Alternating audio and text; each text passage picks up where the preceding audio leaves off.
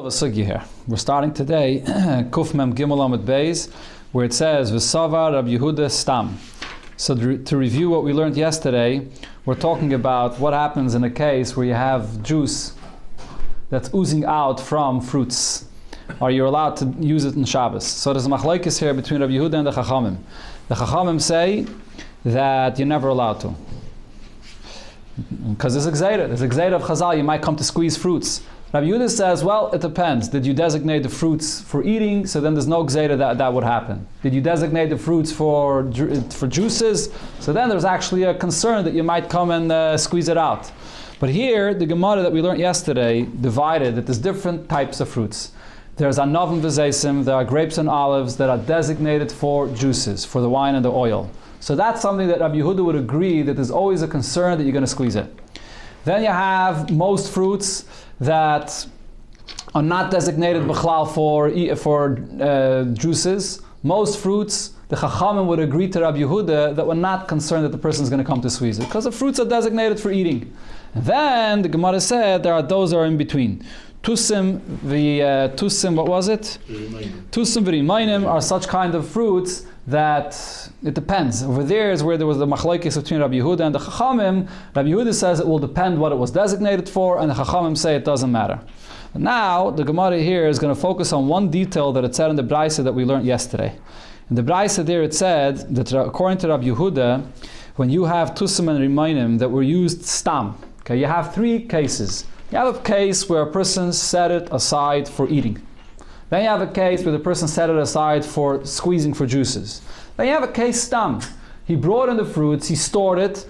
It wasn't specifically designated for drinking, for squeezing. It wasn't specifically designated for eating. It's just stam. So what did it say in the Braisa yesterday? That if it's stam, I say that ayotzim and aser. I say that because it's stam, that's enough of a reason to be concerned that the person might come and squeeze it, and therefore it's aser to drink the juice that oozed out in Shabbos.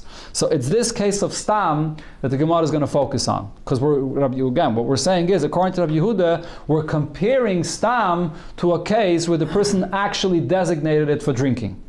Talk to Gemara. So Rabbi Yehuda does. Rabbi Yehuda hold stam aser, that if you brought in the fruits, stam wasn't designated for drinking, but it was just stam. Still, it's going to be aser to drink the juices that ooze out from this. So here the Gemara. Which fruits? We're talking about tusim and rimayim. So here the Gemara is going to bring a Mishnah that's going to talk about the union of tumah and the machsher to be makabel tumah, and then towards the end of this Mishnah, it's going to come back to the subject that we're talking about. But before we start the Mishnah, if you remember, what's the halacha when you get to any food to be susceptible to tumah? There's always a condition for food to be susceptible to tumah, and that is that it has to have come in contact with zayin mashkin, with one of the 7 liquids. And one of them we discussed over here is milk. If it doesn't, if you have something that's completely dry, it didn't come into contact with any of the 7 liquids, it's not susceptible to tumah. Okay? Sagt the Mishnah, what now we learned, sagt the Gemara we learned in the Mishnah. Chaleva isha. The milk that comes out from a woman, from a human being. Metame, this milk will cause susceptibility for tumah, l'ratzen v'shalei l'ratzen. Whether that milk came out willingly or unwillingly. Doesn't make a difference. Over here, we don't make any distinction if it's willingly or unwillingly. Even though l'chayra, when it comes out unwillingly, so it shouldn't be considered to be mashkin, because she doesn't even want it to come out, and therefore it shouldn't be machsher. But by the chaleva isha, the milk that comes out from a woman's body, whether it's willingly or unwillingly, it will cause susceptibility for tumah. Chalev behema, milk that comes out from an animal, einoi metame ela l'ratzen. So that milk is only metame if it's l'ratzen, and this is usually the halacha when it comes to all different kinds of liquids that are squeezed out of any fruit or anything.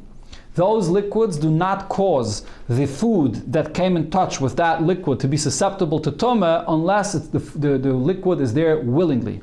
If it comes out unwillingly, it's not. Chaleva isha is different. Whether it came out willingly or not, then it made the food wet, either way it becomes susceptible to tumah. Willingly to who? To the one who milks the cow? Yes. Omer Rabbi Akiva, so Rabbi Akiva says, no. It's kal v'chomer. If you can make a kal v'chomer. Uma chaleva isha, If, when it comes to the milk that comes out from a woman, who drinks this milk? This is milk only for a baby. Yet you say that it becomes tamei whether the milk came out willingly, whether it came out not willingly. The milk of a cow, for example, that is to be, you drink, who drinks it? Adults, babies, everybody drinks this milk. So this is a milk that's available and made for everybody. So this is something that should have more of an ability to make something susceptible to tumah, not less. Chaleva isha is something that's only designated for a baby. That's something that makes something susceptible to tumah, whether l'ratzon or shalei l'ratzon. The milk of a cow, for sure, which is more designated for adults as well, it should definitely have the ability to make things tameh, even if it comes out unwillingly. He's showing you a mila in this liquid. That this liquid is more usable, right? The more usable it is, the more it's defined as a liquid. If it's not usable, so then it's not a liquid. So then it's not a beverage because people don't drink it. So if you're telling me that the chalev behema, which is drinkable by babies and adults alike, so that is more of a svara that it should be susceptible to tumah, make things susceptible to tumah, than the chalav of a isha that's only a beverage who drinks it? Only a baby. It's more of a liquid? Correct. It's more of a liquid, then it should be more matched. Correct. Amrullah, so now the Chachamim respond to him and say, no, there's a svara why only the chalav of an isha causes susceptibility to tumah and not the chalav behema. What is that? Im tameh chalav isha shalei l'ratzon. If, when it comes to the milk of a woman that causes susceptibility to tumah, even if it comes out not willingly, why is this? Shadam magefasa tameh.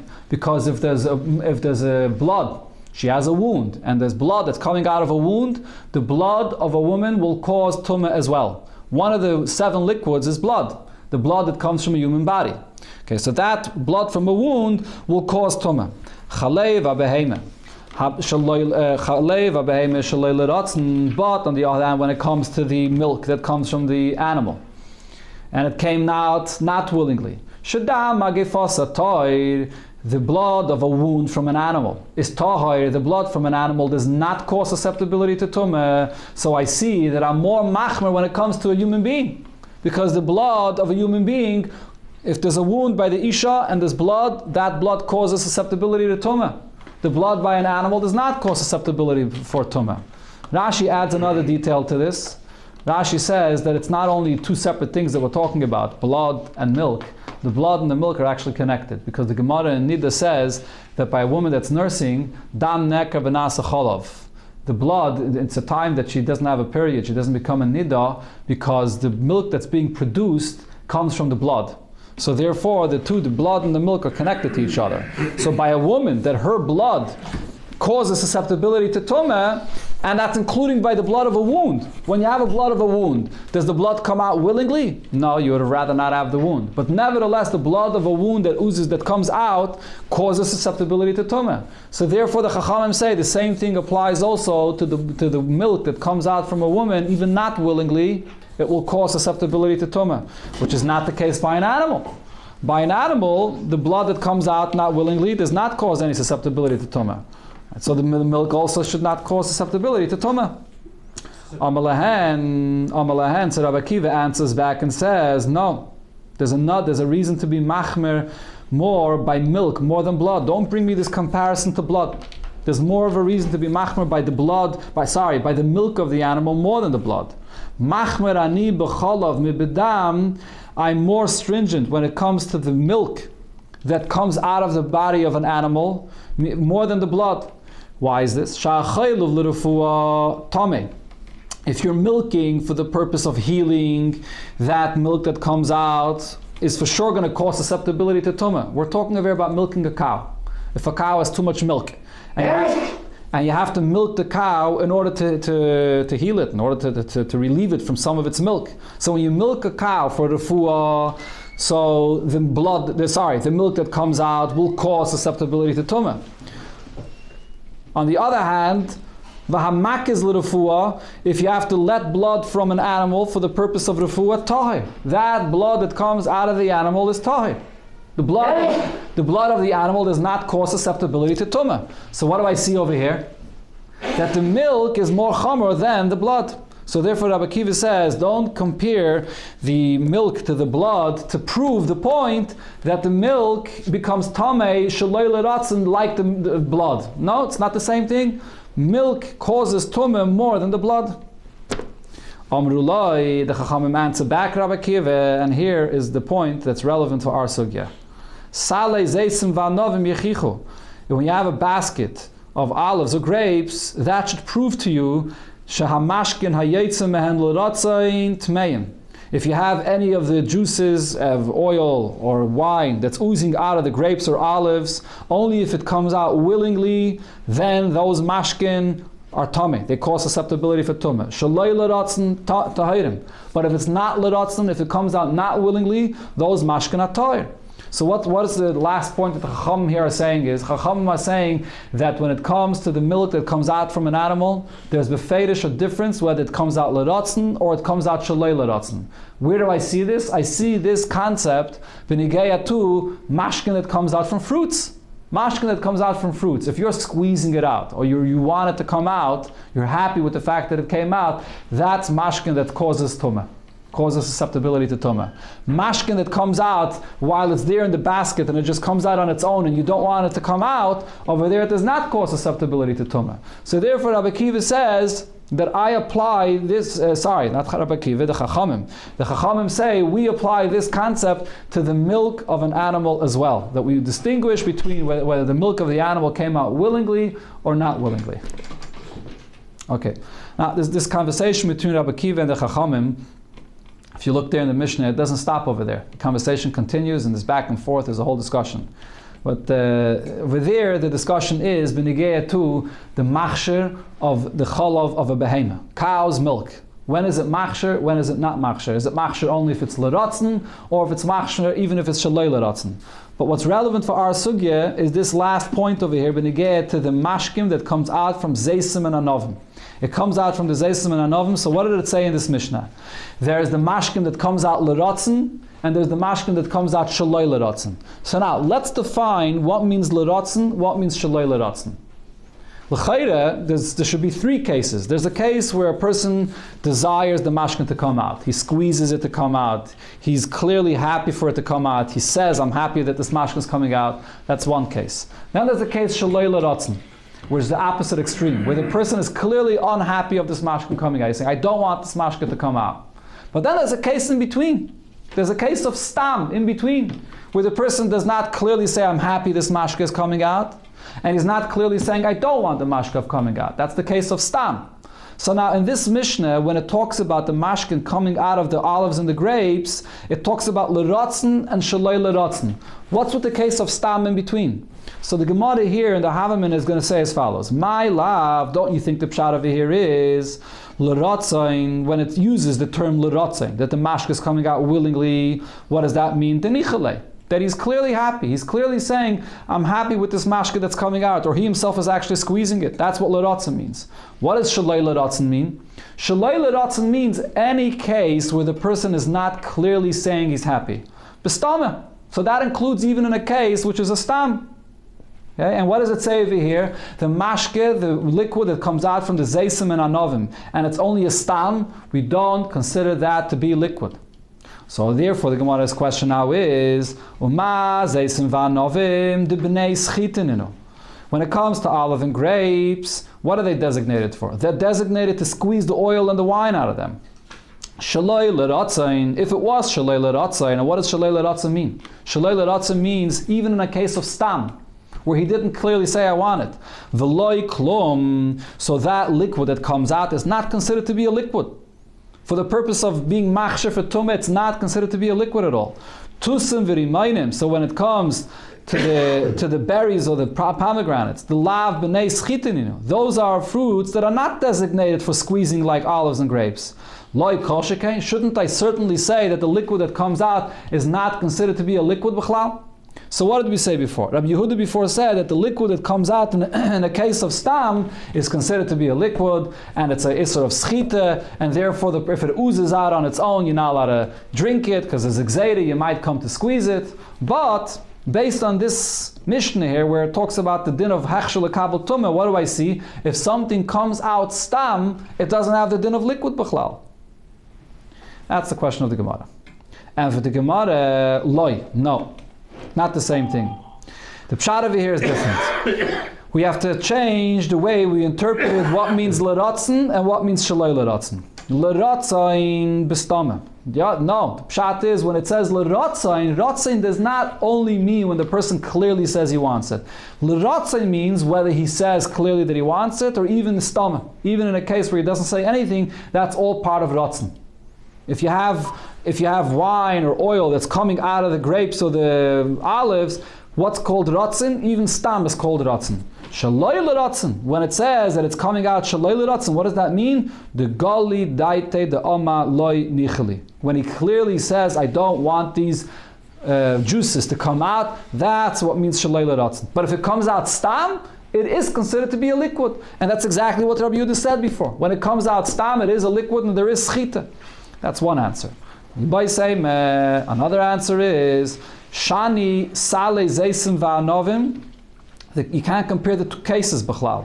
Over here in this Mishnah, it's talking about a basket of olives and a basket of grapes. Kivin de le'ibud kaimi. Because over here, what happens? What happens when you have a basket of grapes and a basket of olives? And you have mashkin that are oozing out. What happens to that mashkin? Where does it go? It gets lost. The person will have no use of it. The person gives up on it. He says, I have nothing from this. That's something that we say that bestam, the person is not happy about because it's getting lost. That's not the case that Rabbi Yehuda was talking about. When Rabbi Yehuda spoke about a case of stam, he wasn't talking about mashke that's getting lost. He was talking about mashke that comes out stam, that he has use of it.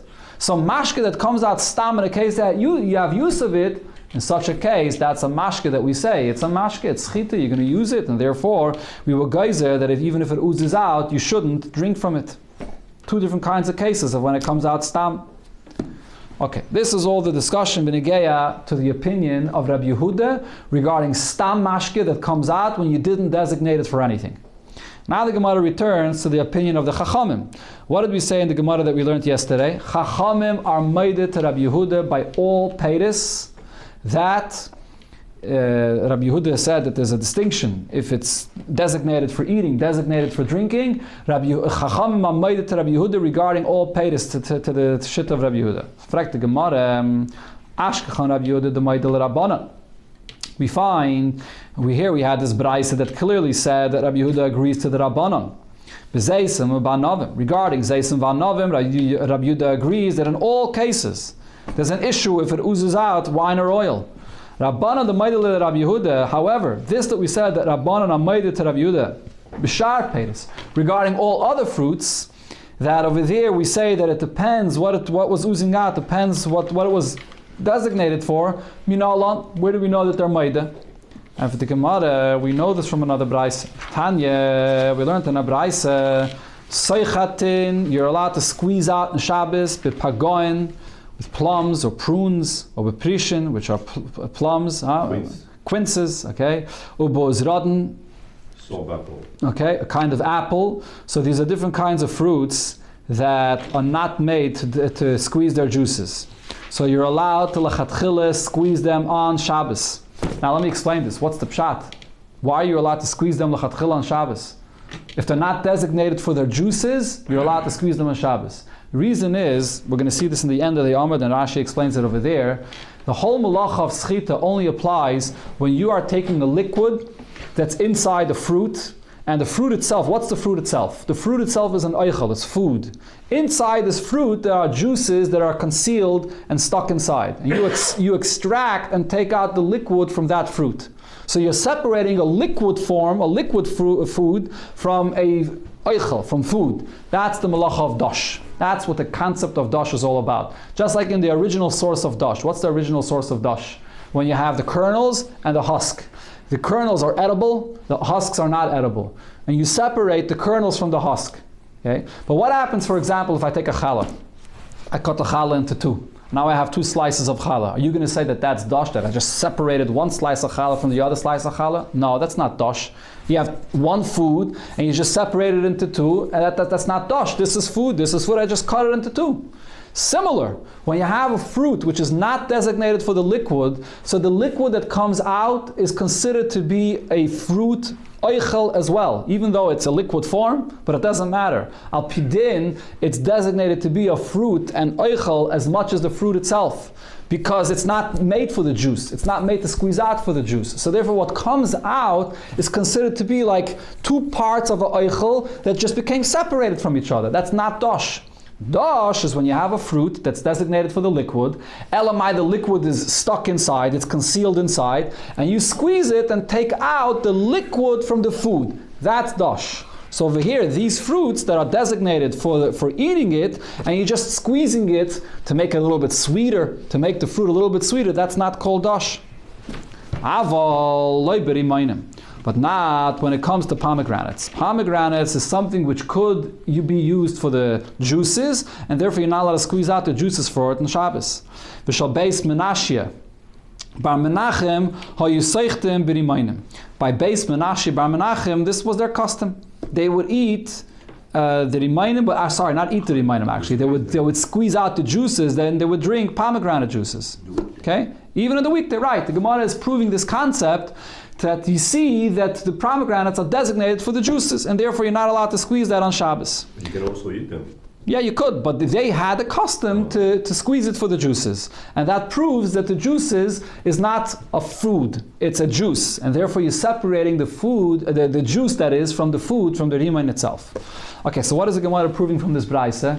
Here we see, it says in this braisa, that when it comes to these fruits, it comes to all fruits that are not designated for squeezing juices, you're lechatchila allowed to squeeze them on Shabbos. Not only b'diavad, if the juices are oozing out, you're lechatchila allowed to squeeze them on Shabbos. So therefore, the same thing, so from here we see that the Rabbana would agree to Rabbi Yehuda, not only if it oozes out, but if it's a fruit that's designated for eating, for oichel, lechatchila you're allowed to squeeze them. Frag the Gemara, wait a minute, umimai the Rabbanani. How do you know that this braisa goes according to the Rabbanon? It doesn't say that this is the Rabbanon. Dilma Rabbi Yehudahi. Maybe this braisa goes according to Rabbi Yehuda. And Rabbi Yehuda is the one that says that if it's designated for food, then you're allowed to squeeze it out. So the Gemara says, wait a minute. V'tehevi nami Rabbi Yehuda. Even if you're going to say that this braisa is Rabbi Yehuda, do we see over here what Rabbi Yehuda said before? What did we see before Rabbi Yehuda's opinion in the Mishnah? Yatsu me'atzman. There, Rabbi Yehuda was speaking about a case where the fruits, that was oozing out liquid on its own. Did we see before that Rabbi Yehuda said that you're allowed to lechatchila go ahead and squeeze the fruits? That's a big chiddush that you're allowed to squeeze it on Shabbos. So what's the answer? Why does Rabbi Yehuda say even this further extent, that it's not only if it oozes out, but you're even allowed to squeeze it? Since these are fruits that are not shaykh b'chlal to the malach of schita, it's 2 parts of the fruit. When you squeeze it out, it's not a liquid. It's considered to be another part of the fruit. So therefore, this braisa is saying here that it's allowed even lechatchila. So that point will be true even according to the Rabbanon. Even the lav b'nei schita, since this is not schita at all, even lechatchila it's allowed. So Shema Mino Rabbanani. So this svar is true even according to the Rabbanon. Shema Mino. This Indian there's no machlokes about this. This is the definition of the malacha of schita. Schita means I take a liquid out of a fruit. If the liquid that comes out is not really a liquid because you're eating it as a fruit, you're just squeezing out the liquid just to make it a little bit sweeter, it's part of the fruit. It's like separating one part of the fruit from the other part of the fruit. That's not schita at all. So therefore, even according to the Rabbanon, they'll agree in this case. Sagt der Gemara weiter, what else did it say in this braisa that we just quoted? Shal beis Menashia bar Menachem ha'yiseichtem b'rimaynim. This was the custom by Menashia bar Menachem that they would use pomegranates for the juice. Amar Rav Nachman commented about this. Halachish shal beis Menashia bar Menachem. We paskin like the custom of Menashia bar Menachem. Amar le Rav Nachman. So Rav said to Rav Nachman, why are you saying this? Why are you saying that the halacha is like Menashe ben Menachem? Menashe ben Menachem Tanahu? Is Menashe ben Menachem a Tana? Who was Menashe ben Menachem? Some simple individual that lived somewhere, and they had the custom of drinking pomegranate juice. The Braise is bringing this custom just as a support to the point of the Tana. So why is Rav Nachman saying the halacha is like Menashe ben Menachem? He should say the halacha is like the Braise, not like Menashe ben Menachem. If you're going to say, what did Rav Nachman mean to say? Halacha ki hai Tana. He really meant to say that the halacha is like the Tana of the Braise, the Savala kishel Menashe ben Menachem. And he holds like this custom of Menashe ben Menachem, the pomegranates are designated for the juices. Fragt the Gemara, mishum de sava ke Menashe ben Menachem halacha kamaisa, because this Tana holds that it's a good idea to squeeze the pomegranate for the juices, so therefore the halacha should be like him. Menashe ben Menachem have a ruba d'alma. This custom of this house of Menashe ben Menachem is the custom of most of the world. Most of the people, what do they do with a pomegranate? They eat it. They don't squeeze out the juices. So we should consider the juice that comes out of the pomegranate to be a part of the pedi, part of the food. It shouldn't be considered to be a juice. Just because Menashe ben Menachem did this, it doesn't make this the custom of most of the world. And for the Gemara, yes, we do say this. We do say if you find in one person that did something, we could base a halacha based on the hanhaga of one person. Where do you find such a thing? The Tanan, because we learned in the Mishnah regarding the halacha of kalayim. Hamakayim kaitzim bekerem, a person that's keeping kaitzim, thorns that are growing amongst a vineyard. So the question now is, these thorns that are growing there, what are they? They're b'chlal usable, they're b'chlal edible, or they're stam something that no one has any interest in having it there, and therefore it's not kalayim. So Rabbi Eliezer says kiddush. It actually makes it klayim. Kiddush is the term used regarding klayim. When you have the mixture, it makes it klayim.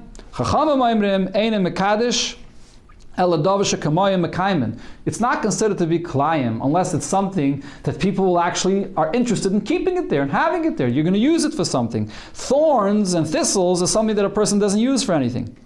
Rab Chanina, my time, the Rabbi Eliezer. Rab Chanina explains Rabbi Eliezer's opinion. How could Rabbi Eliezer say this is kalayim? Who uses these thorns for anything?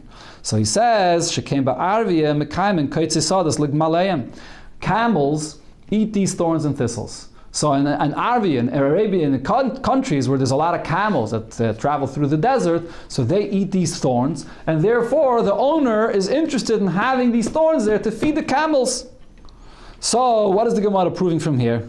You see that just because there's one location in the world that's what people do, so because of that, Rabbi Eliezer held that all over it's considered to be kalayim. We go according to the custom in that place. Same thing we could apply as well, beneged to Menashe ben Menachem ben Menashe, or Menashe ben Menachem, that just because one person used the pomegranate from the juices, we could apply the halacha for everybody according to that. So the Gemara, no, you can't compare it. Midi area, is this a comparison? The Arvia Asra. The Arvia is a whole area. It's a whole place over there in the world where there's a lot of camels and they use the thorns for this purpose. Hacha, over here, Batla Daita, it's the Kol Adam. Just one person, Menashe ben Menachem, does this. Just because one individual, that should create a status for everybody that the pomegranates are used for the juice and not as a fruit. So how, the question comes back, how are we basing a halacha regarding schita on Shabbos based on the custom of one person, Menashe ben Menachem? Elo answers the Gemara, Haine Taima. There's a different reason here. It's actually a gzeir of Chazal. What the Gemara now is going to explain is what it said in the Mishnah there, in this Braisa that is, that the pomegranates are used for the juices, and therefore you can't squeeze it on Shabbos. It's taken not minat Torah. Minat Torah, most people don't use the pomegranates for the juices. It's the juice that comes out as part of the fruit. There's no schita. But there's a gzeira midrabanan. And this gzeira midrabanan is like Rav Chisda said. And the Gemara brings up where Rav Chisda said something regarding a mikveh. Dama Rav Chisda, trodin shesachtan v'nasnan b'mikveh. You have beets, and you cook beets, and I have beet juice. And you squeezed out this beet for the juice into a mikveh. Paislin is a mikveh b'shini mara. It will passel the mikveh because you changed the color. The color of the mikveh now is going to be red. So now, before I read the Gemara inside, let me explain the basis of this Gemara. At this point, the Gemara is thinking, and we'll see in a moment, this is a machlekes, but at this point the Gemara is holding that the only way to passel a mikveh is if you use a beverage that goes into the mikveh to pasla. If I throw food into the mikveh, and because of that food, the color changes, the food, it's a food item that does not change the status of the mikveh. It won't passel the mikveh. If it's a beverage that falls into the mikveh, that will passel the mikveh. So now the question is, what are beets and beet juice? Beet juice is a beverage, or is beet juice just part of the fruit and the juice oozes out of the beets? Beets are not made for squeezing beet juice. Maybe now they make beet juice. I mean, today they make juice out of everything. But beet juice, the beets are not designated for the juices. So the question is, this beet juice that falls into the mikveh, why is this something that passels the mikveh? It's not a beverage.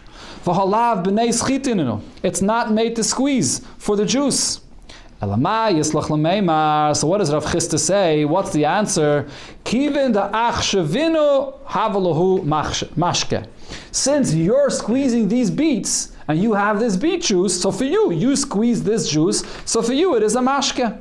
That's the svara why the beet juice will passel the mikveh. Even though generally it's not considered to be a beverage, but if you squeezed it for the beet juice, so for you it is a mashke, you want it, it's good for you, so therefore it has the status of a beverage and it will passel the mikveh. So now the Gemara applies that to our case as well. Hachanami, over here as well regarding the pomegranates on Shabbos.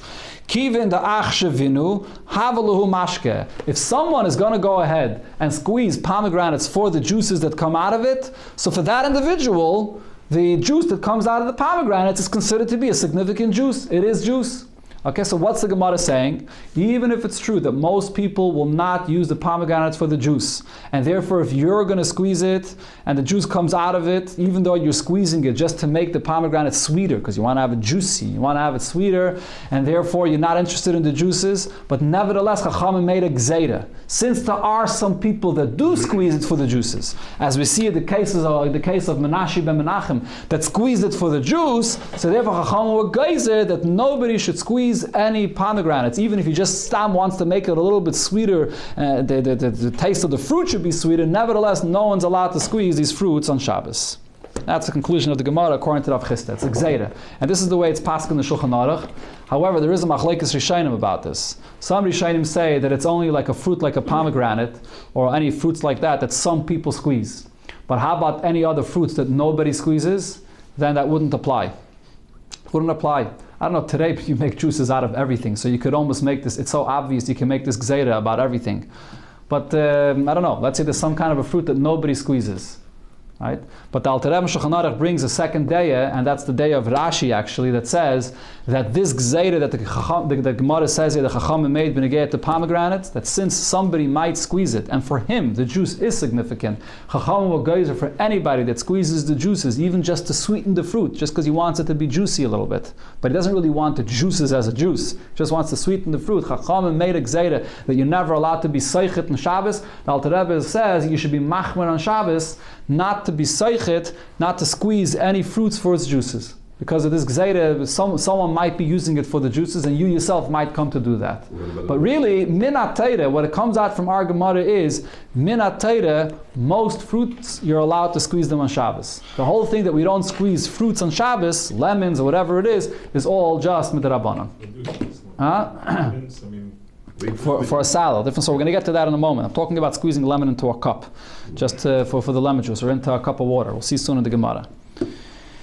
Okay, now the Gemara brought up this case of mikveh, and the Gemara is going to bring a second pshat in that case of mikveh. That's different than the pshat of Rav Chisda. What did Rav Chisda say? That in order for a mikveh to become pasul, it's only if you squeezed a beverage, if there's water or any beverage that was added to the mikveh, and it changes the color of the mikveh. That makes the mikveh pasul. If it's a food item that fell into the mikveh, it's not going to make it pasul. So what did Rav Chisda say? You squeeze this beets, so it's considered to be a beverage. Rav Papa says different. Rav Papa says that's not the way you define what pasels a mikveh. Rather, the pshat is mishum dahave davar she'ein oisen mimeno mikveh lachatchila.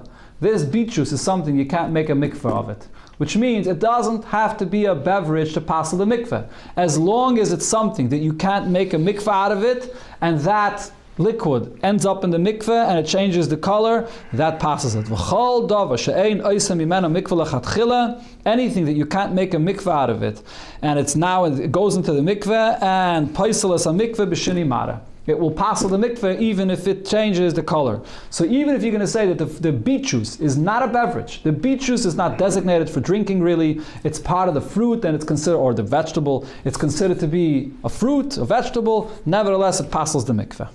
So now we have a machlokes between Rav Papa and Rav Chisda, what passels a mikveh?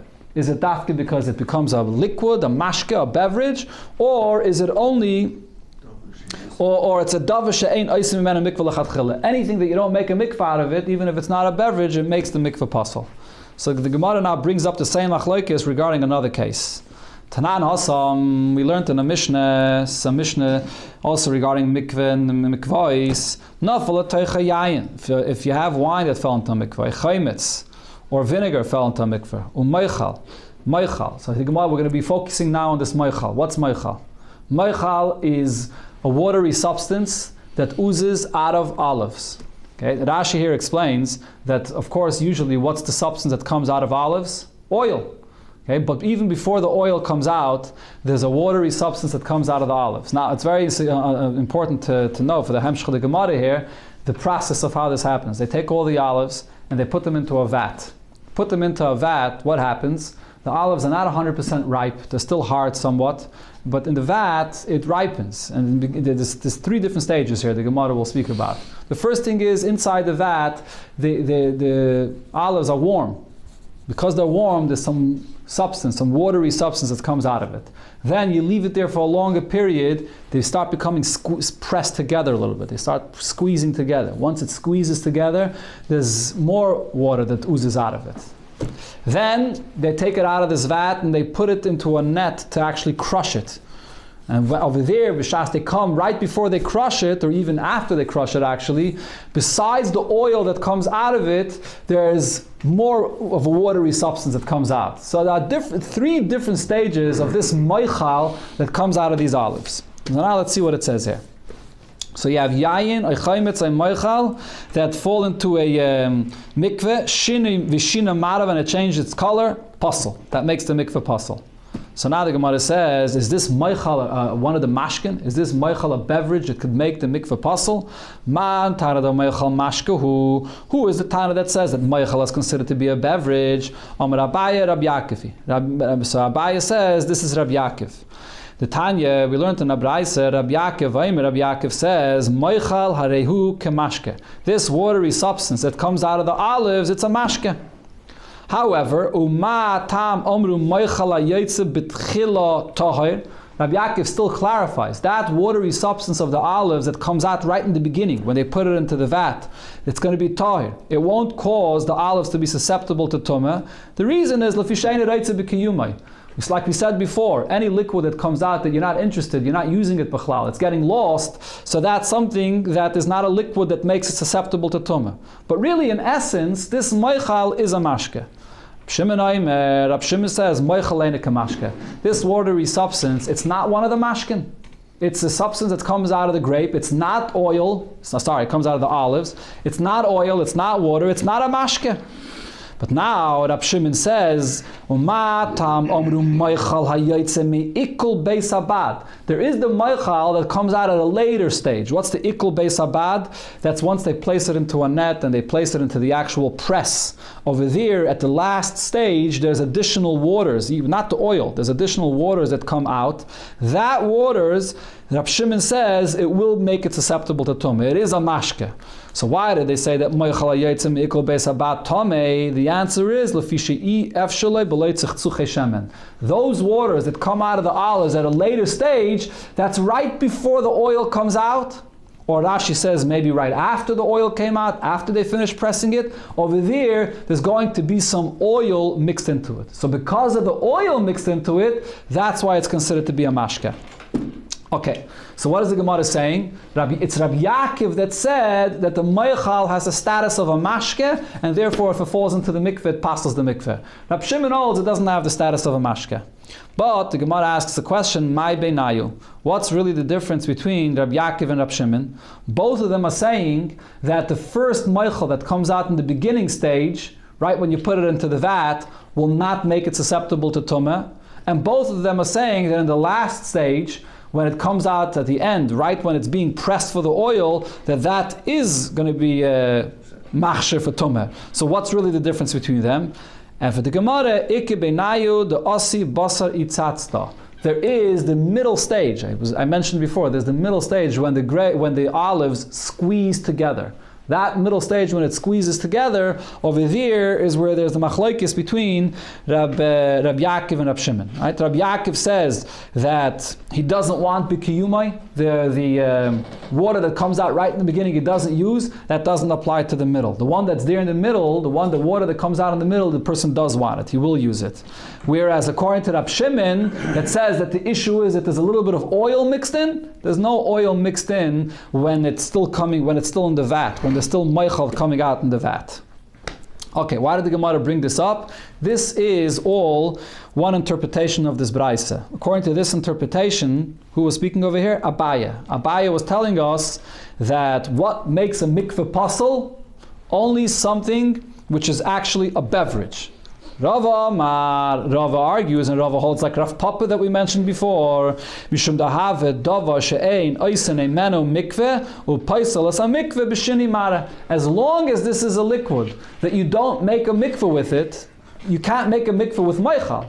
It doesn't have to be a beverage. Even if you're going to define this meichal, this water that oozes out of the olives, as stam meichal, and it's not a beverage, nevertheless, if it's something that you can't make a mikveh out of it, it passes the mikveh b'shini mara. It does not have to be defined as a beverage. So we see again the same machlokes regarding the mikveh. What passes the mikveh? Does it have to be a beverage to pass the mikveh, or any substance that the mikveh can't be made out of it, and it falls into the mikveh and it colors the mikveh, it makes the mikveh pasul.